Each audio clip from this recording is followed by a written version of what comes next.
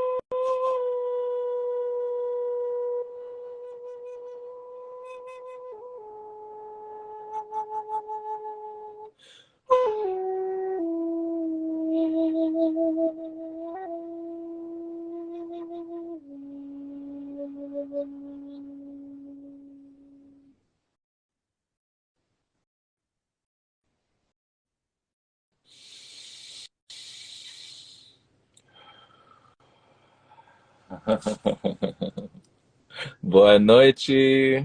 Boa noite! Boa noite. That was perfect. Oh, obrigado. Obrigado. Tudo bem? Tudo bem. E você? Oh, blessings, blessings. I'm learning what I can. You're doing great. Yeah. That's amazing. I mean, Portuguese is a really hard language to grasp, you know. The Team, pronunciation is just kind of different. team. Not like Spanish nor French. It's just, yeah. Mhm. Yeah, I respect it, you know. Yeah, yeah. And I I mean, even respect even more that you're so fluent in English, you know? oh, but English is a lot easier than Portuguese for sure. All of the rules make sense. In Portuguese, the rules don't make any sense. I don't? If you're not really born in, yeah, if you're not really born in like a Portuguese speaking country, it's tough. Wh- Yeah, so what's one thing that you said don't doesn't make sense?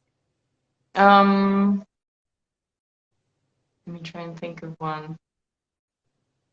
It's hard to name it now, but for example, there are some words that um they'll be feminine, but they'll end in an O or the opposite. Like they'll be masculine and end with an A. Hmm. And then if you look into Spanish, whichever word ends in an A will be feminine, and whichever word ends in an O will be masculine. So that makes it a lot easier. Yeah, Okay. I can't think of one right now, but it will come to me eventually. But that's one thing, like it's not as self-explanatory. Okay. So, So yeah. if you say that English was a lot easier, then how long did it take you to learn it? Well, I started studying it when I was a kid, when I was maybe like 7 with my dad, but it was just for play, for fun. It was nothing like, you know. So eventually in school we had classes as well, but they're super basic. And then I traveled to the US when I was 17, and I spent 1 year in Oregon, actually, Oregon State. Hmm. So that was nice, high school. So yeah, 1 year as a junior, yeah. And then back to Brazil, I decided to study international affairs. That was my first or my major.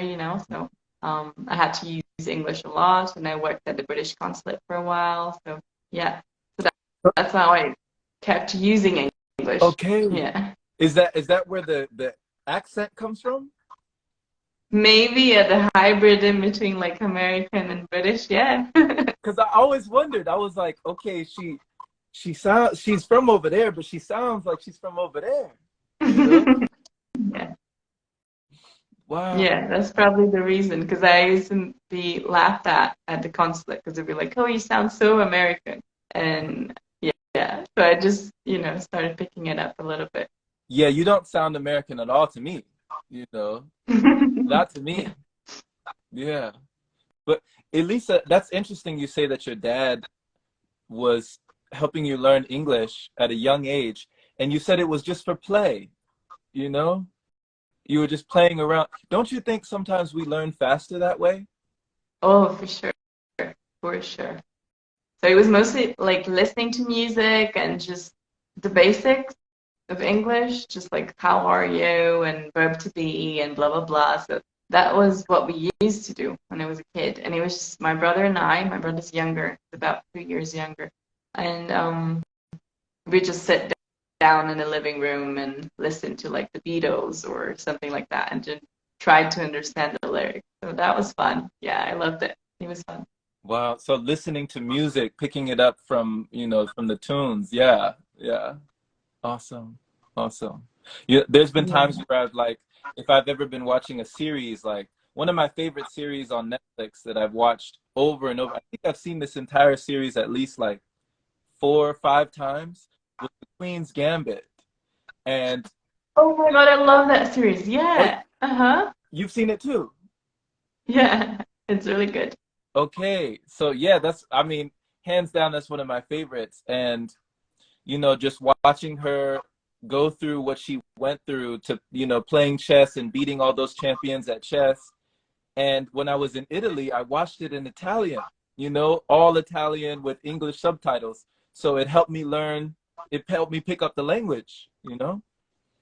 Yeah. Oh, that's a good idea. I think it makes sense, like, for us to sort of like watch the same movie in different languages. Right. And back when I was a kid, we never really watched any videos or films in Portuguese because my dad didn't allow us to. Mm. So we had to learn like actual reading because of the subtitles from an early age. He Mhm. said that we couldn't watch the video or the film in a different language from the actual original Mm. language. So that's how we did when I was a kid. So yeah, it helps, I guess. I can't really watch any films in Portuguese now. Like, Wow. no, dubbed, no, it So, won't work. Yeah. so it kind of ruined that for you? Yeah, yeah, like all of the so like kids films in Portuguese, I didn't like them because I was like, well, I want to listen to the actual language that it was recorded in. So Mhm. yeah. Wow. Interesting. And when you said the British consulate, I mean, I don't know much about the British. Can you even say anything about the British consulate? Like what that is? It's not like MI6 or Secret Service or anything like that.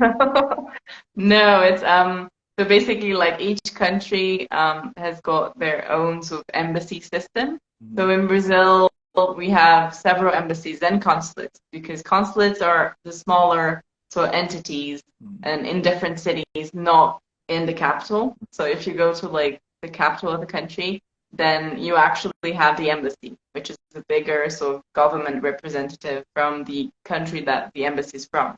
So the UK has an embassy in Brazil, which is in Brasilia, and there are consulates in São Paulo, Rio, and I think there's one down south somewhere. Mhm. So it's basically just sort of like you could say almost like I don't know a hand or an arm from that country in that place to support whoever's from that country in Brazil. So Wow. that's how it works. And then, yeah, so we have the American embassy in Brasilia as well. And then there are consulate, the American consulate in Rio and in Sao Paulo. And there's probably more. Oh, So, yeah. so you were part of the hand. Yeah, that's part of You the were part hand. of the More like a Brazilian that was working with them. But yeah, it was fun. I Wow. liked it. Wow. So do you feel like you've always done well in like roles of support or in positions where you're supporting in that way? Yeah, I guess so. I guess so. I like that sort of support, but I realize that also it's one of my biggest flaws. I tend to be too sort of motherly towards people, and then sometimes that's taxing on me too, So I'm also always trying to take care of people and like look after them and just be the best mother, say, to them. And that doesn't really work, because I don't even have a child. So it's like the wrong sort of role to be playing. So I'm still learning, but yeah, I think I do well in those supporting roles yet, for Hmm. sure. Me neither. Like, when it comes to having children, I don't have any of my own as well. So I can definitely resonate with what you say there. And have you ever gotten to the point, at this point in your life, at this juncture of your journey, do you feel like you've been able to find that balance between your motherly nature or nurturing and taking care, between taking care of yourself as well? Mm, that's a good question. I think I'm sort of now starting to get the hang of it.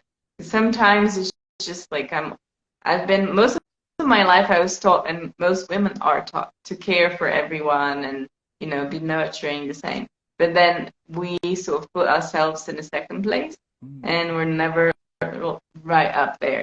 So I'm now learning a little bit more about that. Like my past relationships taught me a lot about that. So Mm-hmm. like you have to know what's good for you, and then maybe once you know what's good for you, then you start doing things better, for yourself. So Mm-hmm. it took me a while. It's been taking me a while. I'm not there yet. So Right. We're always learning. It's definitely a journey. It's like the whole universe is its own university.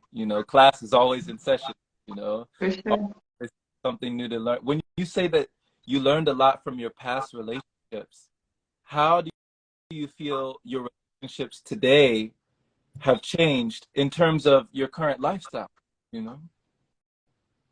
Well, I haven't.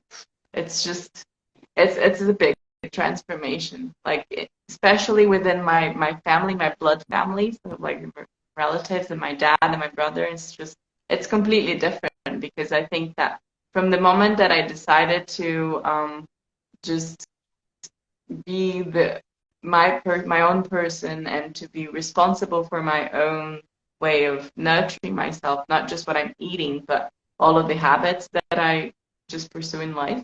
Um, I realized that people were really annoyed by it. Like, oh, you're changing, so you're doing things differently. So yeah, this is not right. So that's why I felt in my family at first, but eventually they came around and they said, well, you look well, things are going well, so yeah. So now they're okay with it, but it took me a while to be able to be like the odd duckling, and just do things differently. And yeah, now it's fine. It's just hard for me to be around them for too long because we're completely different. So whenever I visit them, I'll be okay for like a few days, and eventually I just feel the energy, which is very dense, and it starts affecting me. So I just have to leave eventually, and I can't really be around them for more than like 5 days, I think. And Mm-hmm. then yeah, so I was saying about breaking comfort zones, Okay. definitely breaking free from them. So that's the thing about family, I guess. We all learn a lot from them. Mm-hmm. They're supposed to be our family because the ties that we have with them, they are there to break us free from whatever karma we have from the past life. So I think it's necessary for us to have that sort of conflict within our families, Mm-hmm. even if it's just like not such a bad conflict. You don't really fight that much, but there's always like the sort of like maybe way of thinking that is different or way of doing things that is different, and that sort of conflict is good. Mm-hmm. And I think we need it to be able to grow and just grow out of it too. Yeah. Yeah, yeah. So conflict, you would say, is often, it's sometimes necessary. We need that. Okay, it's a necessary step to have that conflict, to have that differing of opinions, that differing of ideas, because you told me that your dad is a doctor, my mom is a doctor, so I can understand, that butting of heads or the differing of opinions. What do you feel was one of the most conflicts of interest or the conflicting things that kind of shook or made waves between you and your father in that way? And how long did it take to get to eventually, you know? Mhm. I think the biggest thing is for my dad, he'll always be the sort of leader of the family. So he'll always be the one that's got the last saying, and who should be the one that is right all the time. So I think that's tough on him because even though he's had like lots of plans for me when I was a kid, and he had this idea that I would become a doctor myself and pursue whatever career he's had. And then eventually he realized that that's not me, but then it still hurts, I guess, because whenever I'm with him, he'll mention it at some point. He'll be like, "There's still time. You can always go into school again. You can study it." And I'm like, I don't want it. That's not me. That's not my career, not my path. Right. Or not my mission. I don't feel like I want nor need to be a doctor, but I think it's an amazing way of living because in the end, if you're a doctor, that's your lifestyle. That's not your career because you live for it. And I've realized that I don't want to be, I don't want to work that much. And I think when you're a doctor, you work a lot, like lots of shifts, long shifts, and sometimes like if you have a clinic, you be there for hours, and it's just I never saw my dad having like a good sort of life work balance. So yeah, maybe that's why he taught me that I should try and have more of a work and life balance. And he didn't realize that then, but maybe now he does. Um, and it took us. Manga. Oh, the monkey. There it Yes. is. Yeah. Just being. Uh-huh. Sorry, we're gonna let him. Yeah, he's still barking. I'll hear bark outside. But anyway, so yeah, it took us maybe like 30 years or so. I'm 32. So I think it took us maybe 30 years to actually realize that. Mm-hmm. And to me, it took me maybe 25, 26 years to actually be able to say, hey, you're my dad, but you're not like the person that's got all of the rules and all of the truths right, under your arms, like walking around with the truth. That's not really it. But I realized that quite earlier on. It's just I never really had the guts to say it. Wow. So Wow. yeah. And you said, how long did it take you to get the guts or to work up the courage to be able to tell him that? Well, to tell him maybe like 28 years or 29. Wow. So I'm 32 now. It's like I avoided it for quite some time. I didn't want to tell him about it. I didn't want to talk about it. Mm-hmm. And eventually we had that conversation. We're like, Dad, okay, this is your truth. This is what's good for you. You have your own truth. My truth is completely different from yours. Right. And it's, to me, life is not black and white. There's so many shades of gray in between.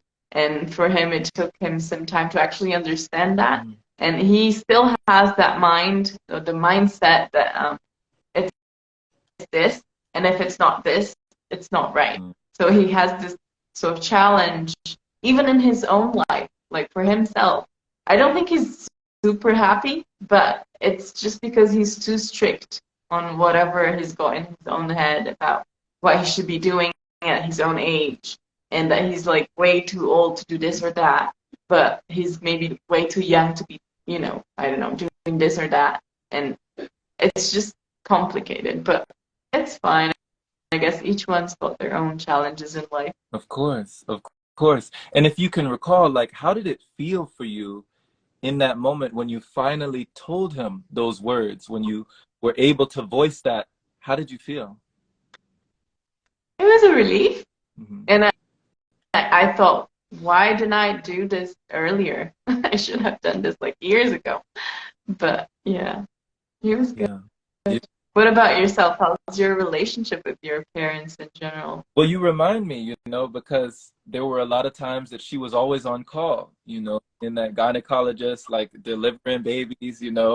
And so I'd be in the day room, I'd be watching cartoons, I'd be watching TV shows, and that's where I would get a lot of my entertainment, that would be my food, my nourishment would be the television. So I had a lot of programming from that stimulation. But, I'm thankful for having what I called, I guess, an advantage for me was being able to be alone without being lonely, learning my own without needing so much. That was something that I'm glad that I adapted pretty quickly. So I was thankful for that.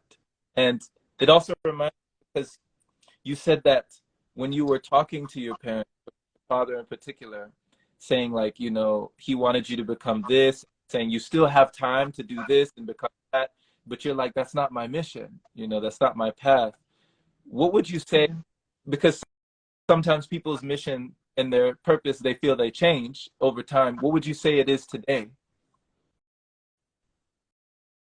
That's really hard because I don't think we have one single mission in life. Um, but I would say right now what resonates and what feels right is just being able to take on the message that life is not supposed to be too hard. If it's too hard, we're doing something wrong. Mm. Probably mindset, you know. So yeah.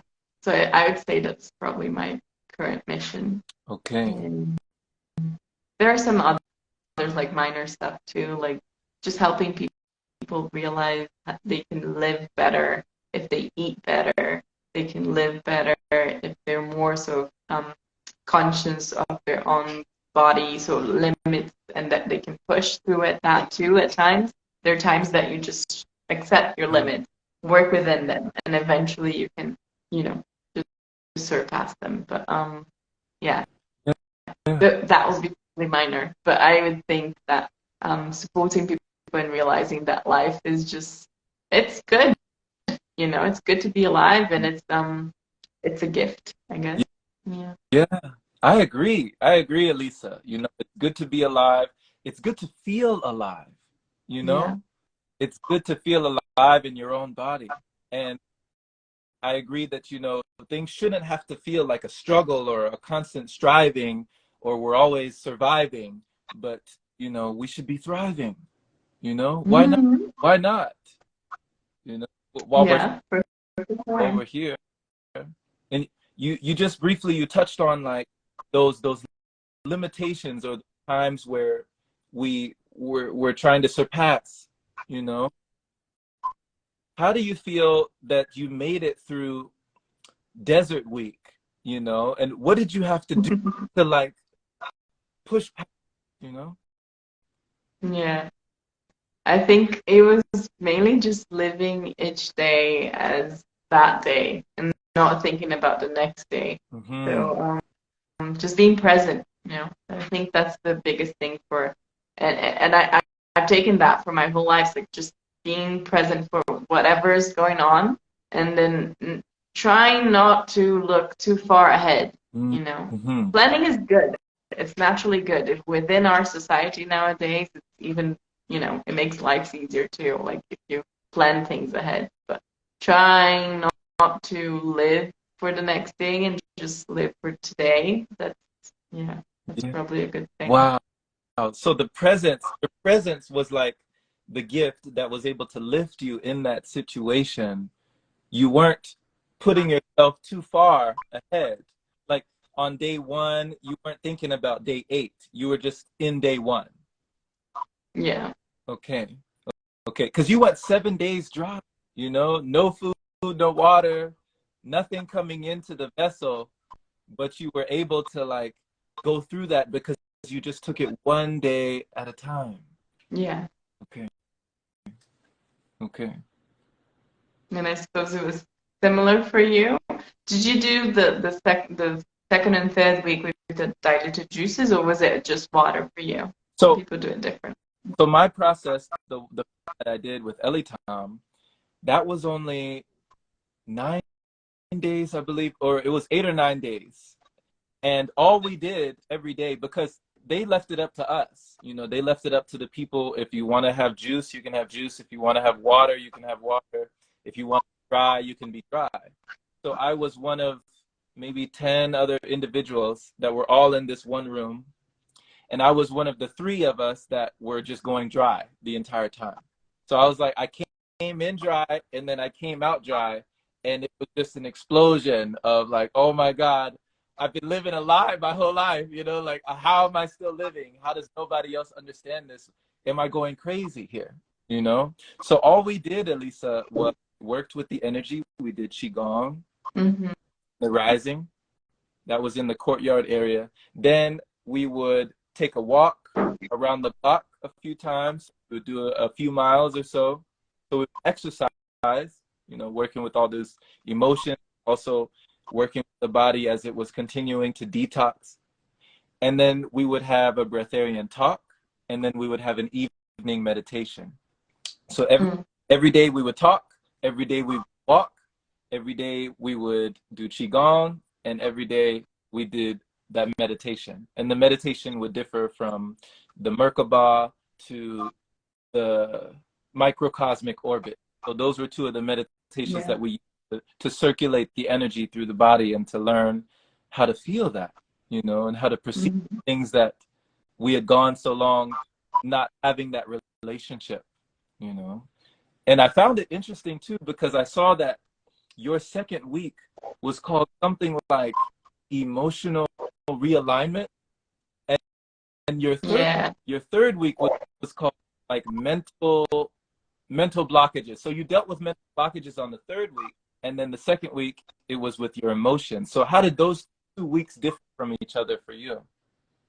They were really different. I think I've always been quite mental, so I'm always about like thinking too much. So I'm always connected with my mind.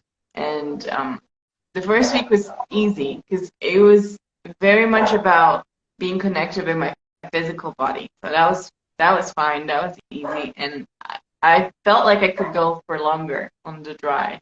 But then the person, Paloma, that was guiding me, she said, no, you have to do exactly what the process is. So you won't go for another day on dry. So my eighth day, then I broke the dry on the eighth day with a little bit of water. And from then on, the emotional week, it was easier than I thought it would be because basically I was just being very connected with my dreams. They were very lucid, and I was thinking about people. I wrote like maybe 12 letters to a bunch of different people that I just gave them after the process. Like my dad, a couple of aunts, my grandma, I wrote her a letter too. My partner at the time, I wrote him a letter.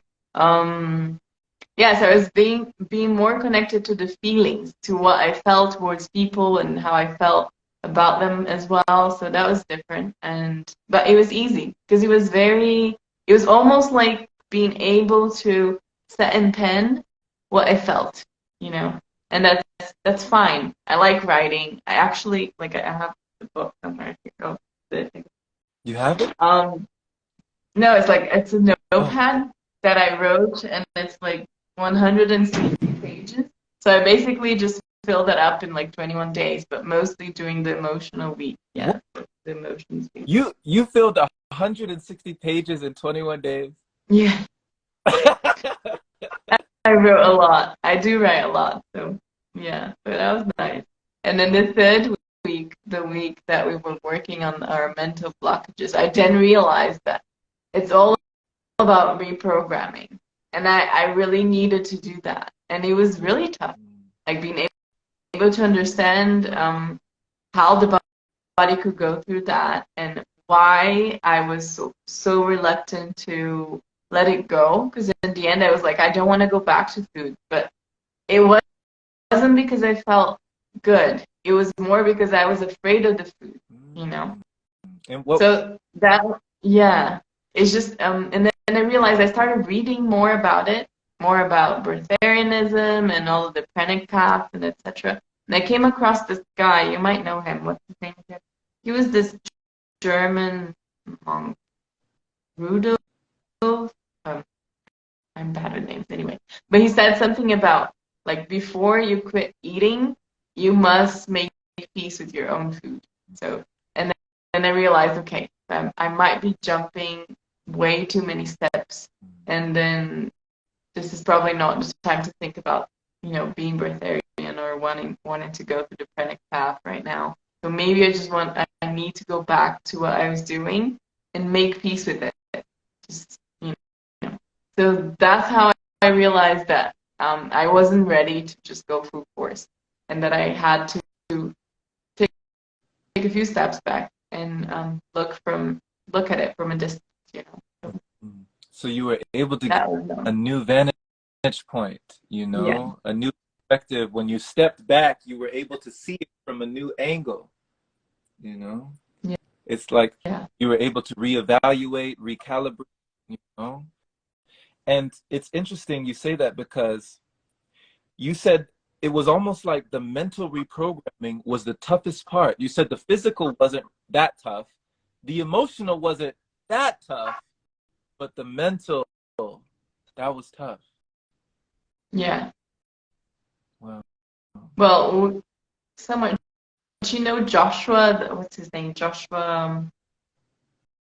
Man, I'm terrible with names. But anyway, the guy that writes about ascension, he's got like several books about ascension, and he's Joshua something. I remember his name, and then I'll write it to you later. He's got his own book, and he talks about how going through ascension phases, it takes you time, and sometimes there are things that you focus on that in several lives. For example, like there are chunks of like several lives that you come back to Earth or to different planets or to different galaxies, and you work on the same thing, and eventually you let go of that and you work on something else.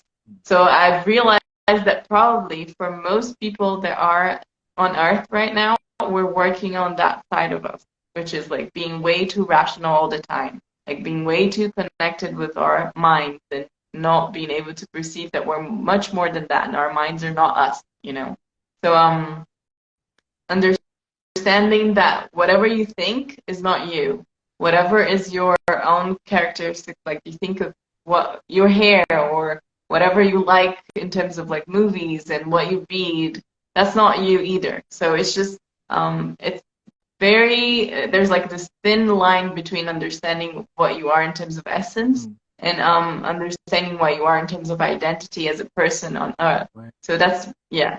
So that was like this book is really good. It talks about that too, and it's like the complete book about ascension or the complete guide of ascension, and it's really good. I'll maybe send you the name later, and Ooh. yeah, Ooh. And thank you for sharing that, Elisa, because this is important. Like that's one major key, you know. I remember you were talking in your video when you were recalling your pranic process that you started to like deconstruct certain things, almost like like deconstructing labels, mm, deconstructing deconstructing status, deconstructing, the labels and like being able to reframe things and just break everything down.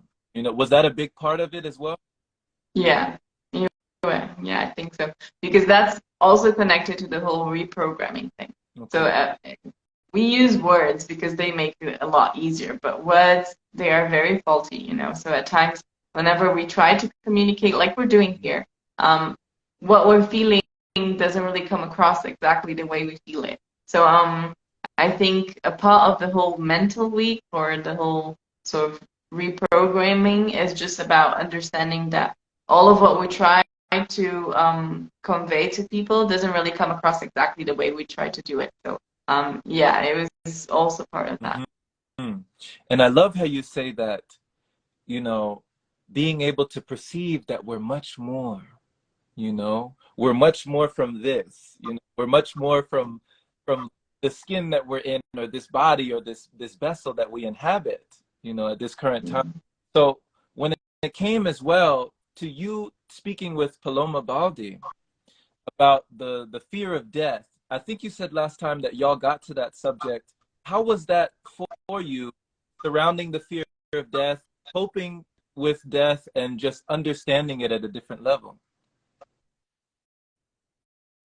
It was interesting because I had never really thought about it.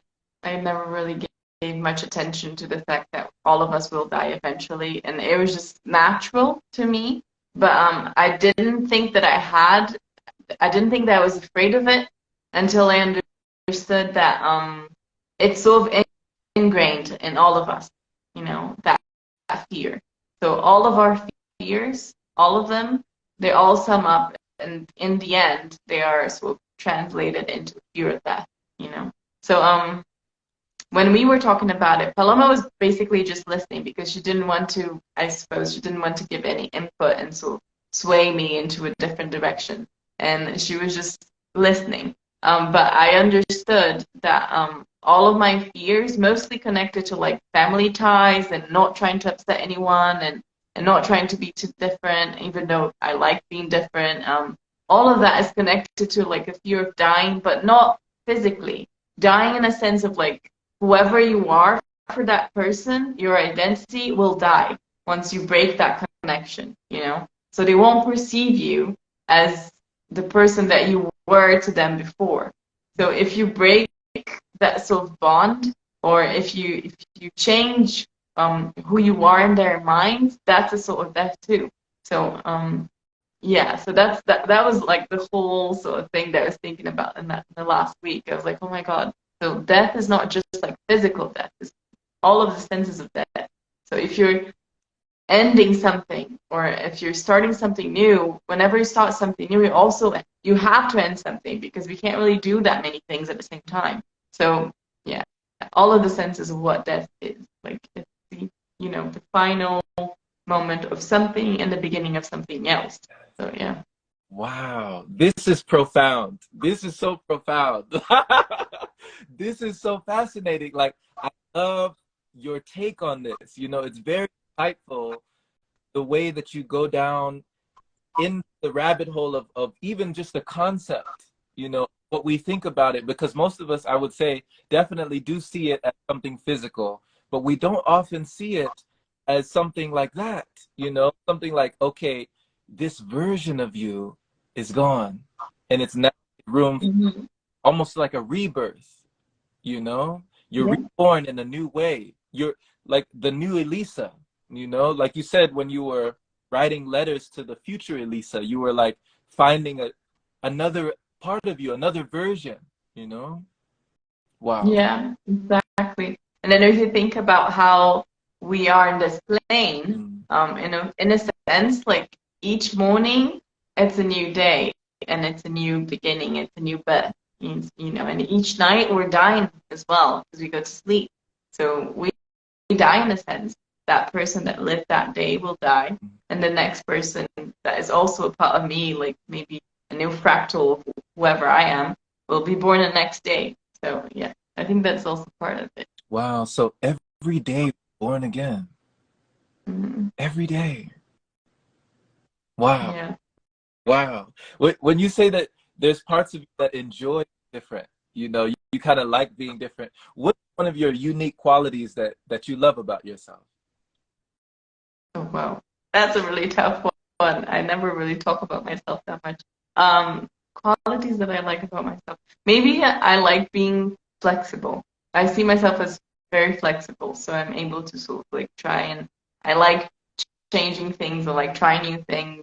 And sometimes they're not very comfortable, like either the situations or the people that I'm around, but I like being able to sort of have them around me or to live through that situation as well, because that probably teaches me a lot, or I hope it does. And what else is good So about me? when you What do I like, like? you weren't talking about touching your toes, not that kind of flexible. Like you're talking. Not physically, yeah, not Okay, physically. I mean, I am so flexible physically as well, but not that okay, much. No, it's more like being about being able to embrace different situations and different people and being okay with that and enjoying it as well. So I think that's a thing that I do well. okay. Um, what else? So you deal well with change. Yeah, Mhm. yeah. Especially like, for example, when my mom died, Mm. everyone in the family was just horrified and super sad. And to me, it just felt natural. I was like, okay, she died. She had to go. But my family felt that I was very insensitive and very, distant, and I didn't realize the size of that event and how big that was. Yeah, so that was really, it was hard for me to listen to them saying, you are so insensitive. You don't really understand what death is for a family. And I was like, I do, but I just don't think that we have to be sad about it because everyone will die eventually. Um, and it happened the same thing happened when my grandma died, and then recently my grandpa died from my mom's side, and it's always the same type of comment, you know. They're like, "You're not sad. You should be sad." I'm like, "But why should I be sad? Mm. It happens, you know. Like naturally, we'll miss whoever's died, but it's just natural." So yeah. What do you feel if there was anything, Elisa, to prepare you for events like that, to be able to just be, to reside in that naturalness of it all, you know, the naturalness of just someone passing and you not so down about that, you know? What prepared you? I don't know. Maybe it was something from another life. I don't know because I've always been like that. Even when I was a kid, if like a toy broke or I don't know, something went missing that I liked, I didn't care that much about it. Like if I lost a lot of money, naturally I was upset for like a day or two, but then it's like, okay, fine, that happened. Hmm. And that was it. Um, yeah, and even like recently, I think like last year, I had this financial investment, Hmm. and it was an amount that was considerable, you know. And then I lost that money, and I was upset about it for like a week. And then eventually, I was like, okay, fine, maybe I lost the money, and it's okay. Maybe it'll come back. Who knows? But I started getting upset again because like my brother called me about it, and then my aunt called me about it, and everyone started calling me about me losing the money. And I was like, I was upset about them calling me. I was not upset about the situation of the money anymore. So it was almost like, okay, so I lost the money and it's fine.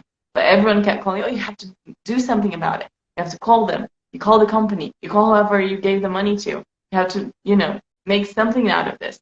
And then eventually I realized that maybe I should try and make them happy. And I went to the company and I had a meeting with the guy that was the one that handled my money. And he was like, well, there's not much that we can do. We just have to wait. And I said, okay, fine. And I'm waiting because they haven't decided anything. But then every other week or every 15 days, my same aunt would be like, have you done anything about it? Have they responded? What are they doing? And I'm like, I don't know. I'm not going to push. I'm just going to wait. So yeah, maybe that's something that is not that much of a quality. It could be a flaw as well. Depends on how you see it. So yeah. It does depend, you know, and it's funny that you say that, that you might think of it as a flaw, because I thought that that was a plus. You know, that would be an advantage that could only serve you, especially when you're letting go quickly of things that try to hold on to you, you know? Like you said, when you were younger, maybe if a toy broke, you wouldn't be upset for that long. You would let it go. They say that you know, children are able to let things go easy. You know, they don't take things so personally, like you know, it doesn't pierce them. It just kind of passes through. It doesn't really penetrate. You know, children, they're able to laugh, they're able to cry, and in both of those, we're releasing energy. You know, whereas if you were told, you know, don't you cry, or you better not, you know, you better, Mm, you know, and you held that in, it stays in for a long time, and it's almost like poison that eats you up inside.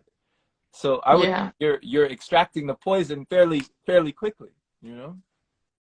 Yeah. Yeah, that is true. That is true. What about yourself? What do you see as your biggest Oh, quality? oh, my curiosity. Mm, that's a great quality. It Mm. serves me at least, you know. My it knows no end, you know? Yeah. Yeah. Thank you for Yeah, I asking. mean, yeah, no, it's good because if you think about if you're not really curious, you won't really understand um, things that aren't very, easy to understand. Because if you just read through the lines and you're like, okay, this is it, fine, I don't need to research about it, blah, done, you won't really understand what's behind it, you know, and sometimes it's much deeper. So yeah, that's fine. Can you say that one more time, Elisa? You said you're not curious, you won't understand things that are easy. Is that what you said Hmm. again? Yeah. So if you're not curious enough, you might just take something something that looks simple and just assume it's simple. But if you're curious enough, you probably go behind it and understand what's more to it than just being that simple. Mm-hmm. Mm-hmm. You know, one of the things that I love when we're talking about pranic living, you know, we're in the pranic family, we're in these pranic practices. A lot of these things are very simple. You know, they're Mhm. simple, they're almost too simple. Some people have even said they're annoyingly simple, you know? You know? So Yeah. where have you found your curiosity brought you to this way? Where have you found that your curiosity, you know, following breadcrumbs has led you to something deeper, you know? Well, this is probably here, right here. So I was curious about you. You probably were curious about me, and then we started this sort of series of lives that we're doing. So that's one thing. Mm-hmm. I think the whole the whole panic path too, being curious about, okay, so it's not just about not eating. There must be something else behind it. Mm-hmm. So that's one thing. And I guess there's more too. I think whenever we think about our souls and why we're here, if we don't really ask that question, we'll never know the answer. So we have to ask the question to get the answer. And Mm-hmm. sometimes we don't really get the full answer because we're not meant to. Sometimes we're not meant to know the answer, at least not now. So I guess being curious is about just being curious for the curiosity and sometimes not understanding that we might not get the full answer for everything that we're asking. And that's still nice. Because it's just how it goes. Um, but yeah, I think the main thing about working that out is understanding that we're, we're here for a reason for sure. We might just not know it yet. We Mm-hmm. might not know it for the whole of our lives, and we might not know it for the next life that we incarnate. We might just know it when we're not in flesh anymore, and we're back into being like light beings. So yeah. Mm-hmm. We just might not know it yet. I like that. You know, I'm so curious because last time we talked, Elisa, you said, I like not knowing, you know? Mm. Like, what do you like so much about not knowing? Where so many people are hungry for more and they need to know, but you're like, sometimes I don't need to know. I don't want to know. I don't have to know. I think in a sense there's so many answers to this, but one of them is like ignorance in a way is bliss, you Uh-huh. know. So if you don't know it, you can just use your curiosity to make up your own answer. And it is still like all of the shades of gray, like we talked before, it still be right if you make it up. But also not knowing kind of puts like a whole new flavor to it. Because if you know everything, it's boring. In the end, it's very boring because you know all of it's almost like a video game that you know everything that you have to do. And then it's like, okay, why am I here then? So yeah. Oh yeah, Cam just said the same thing. If you knew everything, how boring would that be? Yeah, exactly. Hmm. She's right on time with it. She knows, you know, she knows. Have you played any video games when you were younger? Oh yeah, I loved Game Boy and I played lots of like Pokemon and sometimes I play Mario too, but I love Pokemon. Pokemon is like my favorite thing. Of course. I love it. Of course. Gotta Yeah. catch them all. Yeah. Gotta catch them all. Yes, of course. Did you catch all like 151? Did you like search the whole thing when you were young? No, because I always like the beginning. I always like at a point I was like, I'm tired of playing this thing to the end. I just want to go back to the beginning and start with the first egg and nurture it and then have a few Pokemons and just being simple. So I would like just restart again. And that's what I enjoyed the most. I was like, oh, which Pokemon I'm gonna choose. Now I know all of the Pokemons and all of the eggs that are there. So I don't have to live in the game for too long. And I think that's a good metaphor for life too. We don't have to live that long.